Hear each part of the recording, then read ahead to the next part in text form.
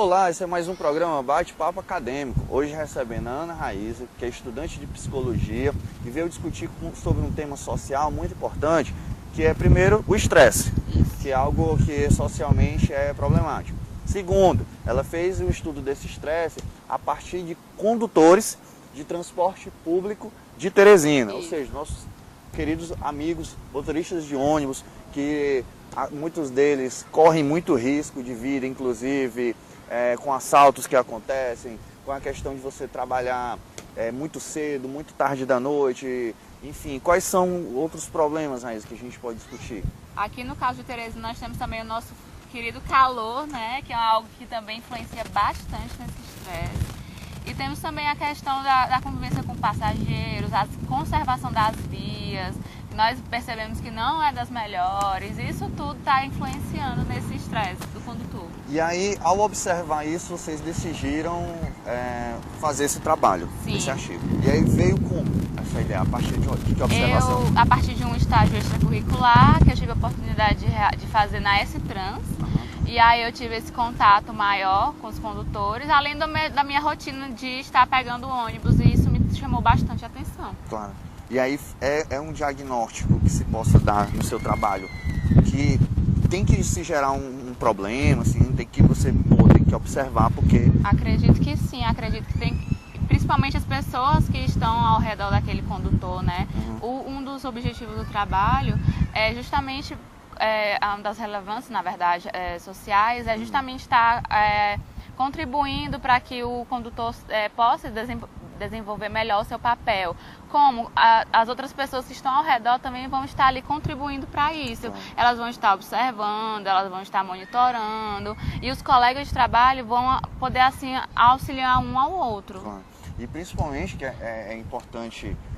O seu trabalho ele é muito bom para a gente discutir porque você trata do estresse, né? Sim. E o estresse hoje na nossa sociedade, ele não é só um estresse de um cansaço físico. Não. Ele é um cansaço muito pior, que é o cansaço mental.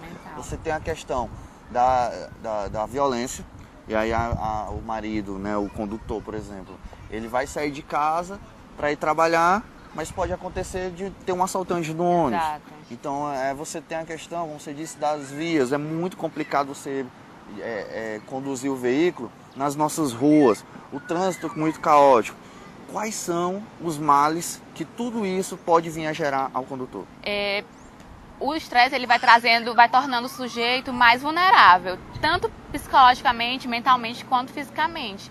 Ele vai se tornando mais vulnerável a doenças, principalmente as doenças cardíacas, e também tem a influência na qualidade de vida do sujeito, né? Vai afetando o sono dele, e uma noite mal dormida vai trazendo ele mais estressado no dia seguinte de trabalho, e aí isso vai se tornando um ciclo na vida do sujeito. E aí, quando a gente fala dos condutores de transporte público, né, os ônibus aqui, mas você tem, por exemplo, os motoristas de viagem, né, que fazem longos trechos em estradas perigosas, estradas mal sinalizadas.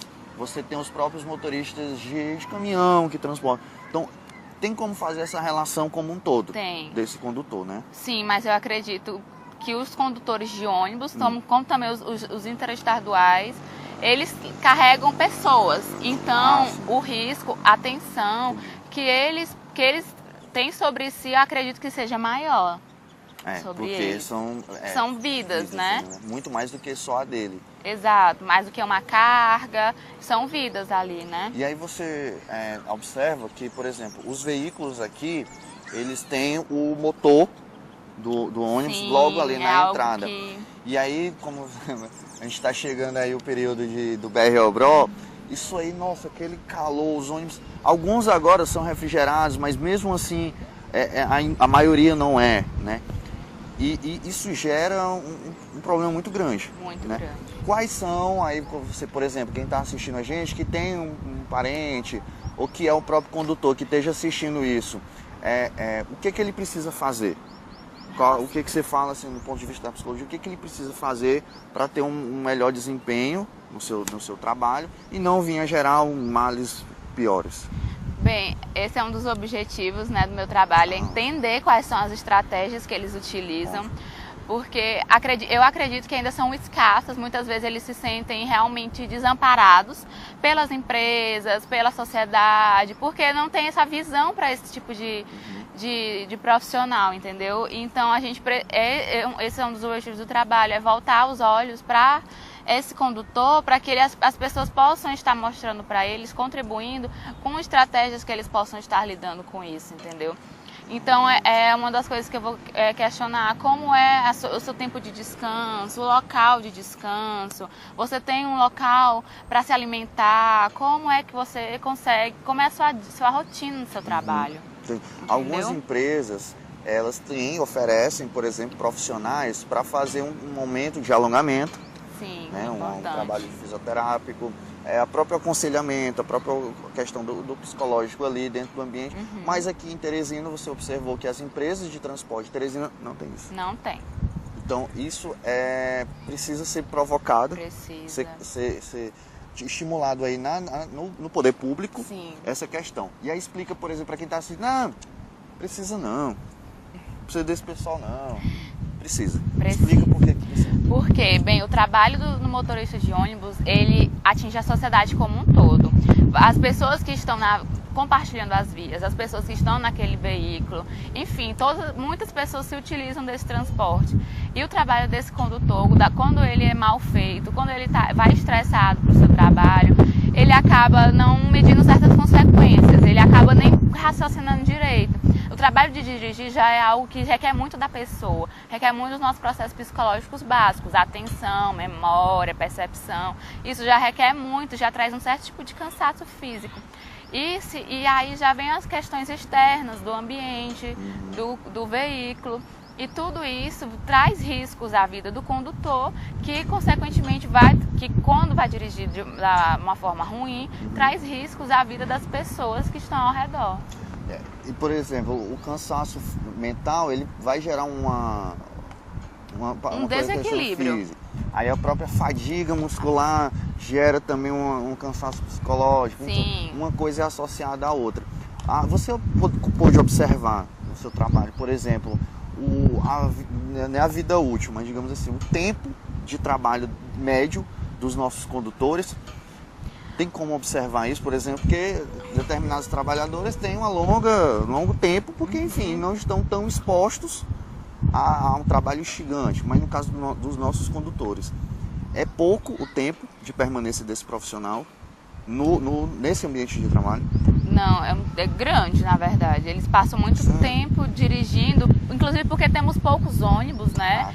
Esse é um dos fatores. Então, e os poucos ônibus têm que fazer várias viagens durante o dia, passar pelas mesmas situações, passar por congestionamentos várias vezes por dia, enfrentar o calor várias vezes por dia. Então, isso não só a questão da quantidade de trabalho, mas está repetidas vezes ali diante daquele agente estressor. Ana, muito obrigado pelo seu trabalho. Eu acho que é um trabalho quase que bem inédito, assim, um trabalho que eu ainda não tinha observado alguém ter feito nesse viés e que provoca uma reflexão social, provoca o poder público a ter mais atenção a esse profissional tão importante para a vida urbana. O que é uma cidade sem um transporte público? Exatamente, algo tão antigo, né? E a cidade para. Qualquer greve, né? Qualquer greve para a cidade. Se não tem o transporte público, se não tem os motoristas e os cobradores, é importante dizer isso, a cidade não anda, a cidade não se movimenta ali, porque quem carrega o maior índice populacional são os transportes coletivos. Então, assim, fica essa reflexão, fica esse questionamento e fica também a nossa sugestão, o nosso convite a você vir participar do programa Bate-Papo Acadêmico, trazer o seu tema super bacana, seja um artigo ou TCC, enfim.